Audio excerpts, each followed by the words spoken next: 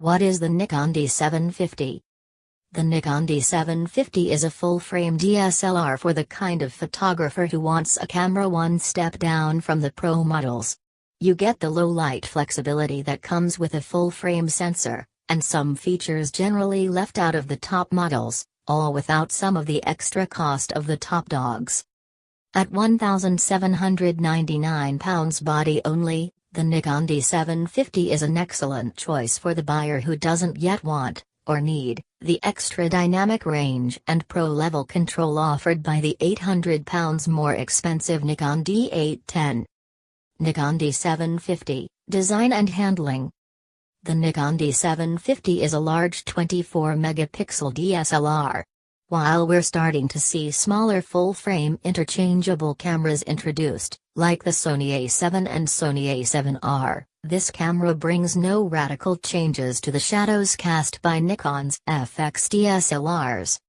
It is slightly smaller than the Nikon D610, though, as its 140.5 by 113 by 78 mm body is a good 4 mm slimmer.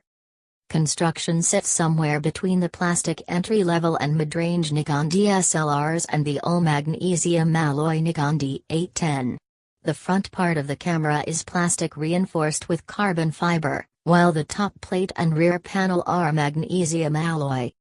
The thought here is to use the tougher material where the Nikon D750 is most likely to get bashed and scraped.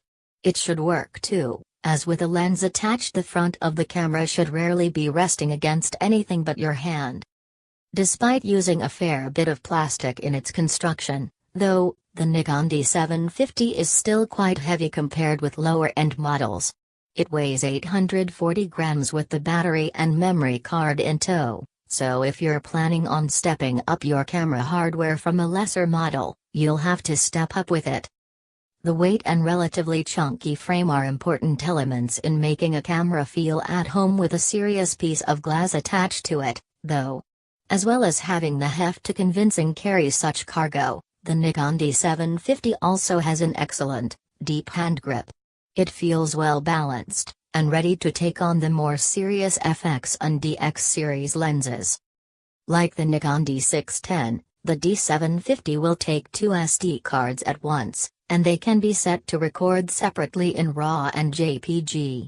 This will make reviewing images a good deal less fiddly, or alternatively you can pool their storage for greater capacity.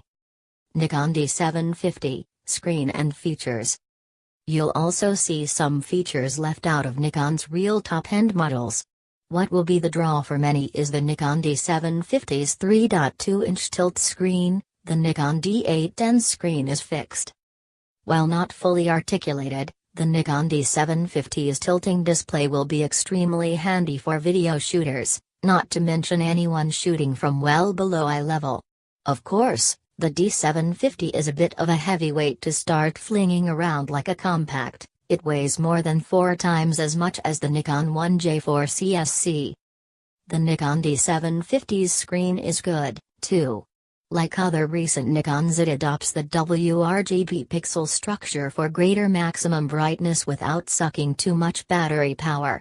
You can also tweak the color calibration in the settings menu to your satisfaction. We were pretty happy with the Nikon D750's screen performance off the bat, though. Contrast and color are strong, and the 1,229K dot resolution is the same as you get with the Nikon D810. It's not a touchscreen, but such a feature would likely feel out of place in a camera of this grade.